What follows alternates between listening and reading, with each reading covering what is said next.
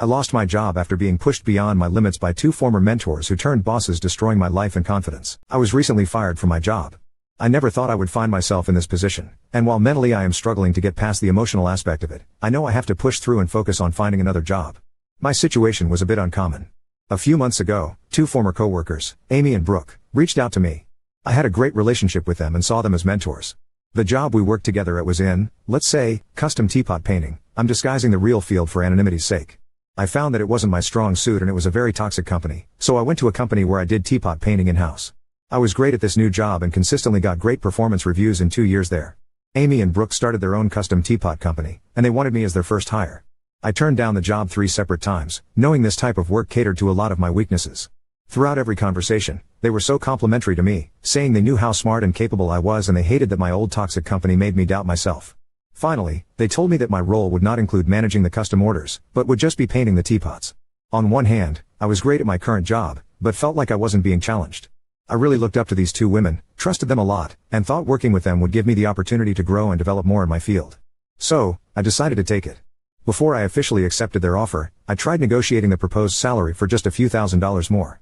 Here's the first red flag. They said for that level of salary, they would want me to take on some of the responsibilities of being the point of contact for some of these custom orders, just for 1 to 2 projects. I thought it was a straw practice for that small of an increase, but again, they were so complimentary and said they knew I could do it, and I leaned on the trust I had in them, so I ultimately accepted. Since I hadn't done that type of role for over 2 years, my employment contract stated that I would take on that role 6 months after starting, and the raise would come when I took those responsibilities on. Fast forward. About 2 weeks into the job, Amy said I was doing such a great job that I would be moved up to the PM role, with the salary boost, now instead of waiting 6 months. A few weeks later, they asked if I wanted to take on more, basically back to what my role was at the old toxic company, for an even bigger pay boost. I remember thinking that it felt like a bait and switch, but they made me feel like I really could do this. I thought maybe my imposter syndrome was worse than I thought and they saw something in me I couldn't see myself. They said they would always be there to support me if I had issues, so I felt comfortable enough and accepted. About a month into the role, things had changed even more. We nearly doubled in size, and everyone else in my role had significantly more experience than me. As we grew, I got the feeling they wanted to take a more hands-off approach. I was the only PM who didn't have a painting partner, so I felt like I didn't have anyone to even bounce ideas off of without being a major inconvenience. One of my projects was for something I had never done before, and I was really in over my head. I was working until 8 PM or later and sobbing over dinner every night at the thought everything on my plate. I ended up making a few incorrect assumptions on that project. The customer never found out, but it did slightly mess up the budget for the project. Here's the thing, while I took responsibility and apologized, I feel like with the information I had, they weren't the craziest assumptions to come to. Maybe I should have defended my decision mocking style more so they could have seen where I was coming from, but I didn't want to seem like I was making excuses, so I just apologized and fixed what I could.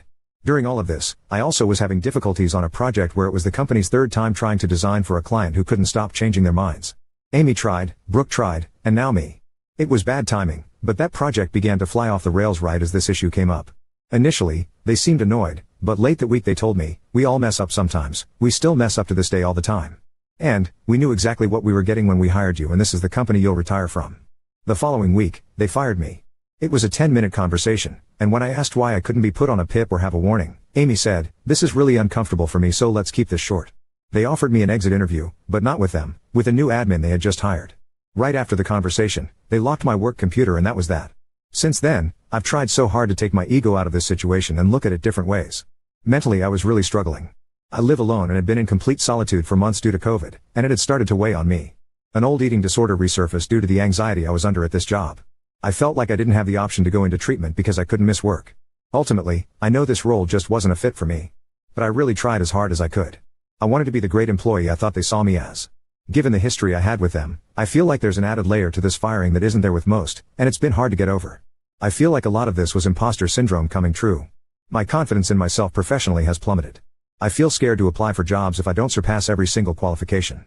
I'm now in weekly therapy for my eating disorder as well as this situation, and it has helped. Right now I just feel like a total loser. I've still been keeping it a secret from a lot of my friends and family because I'm so ashamed. Update 1: I actually kickstarted my job search the same week the letter was published, and I'm happy to share I'm in a new role I love that is a 30% increase in pay for a fraction of the stress. 1. Amy and Brooke fired almost everyone else on the team there shortly after I wrote in. My first thought was that they were in financial troubles, but I heard through the grapevine they replaced all the roles and then some of those new people ended up getting let go as well.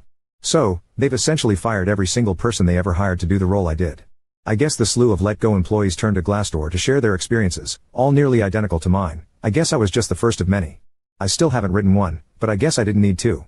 Then, Amy and Brooke go on to write an absolutely unhinged blog post talking about how they love the negative Glassdoor reviews and going line by line through the reviews talking about how everyone that got let go was simply mediocre, ignoring all the valid criticisms and devastating experiences each reviewer had. It was truly a sight to see. It got sent to me almost a dozen times on LinkedIn from mutual connections. So, overall, the whole experience was a great lesson. I'll never let another person allow me to go against my own better judgment, or blindly believe colleagues/bosses have my best interest at heart. Hindsight is always 20/20.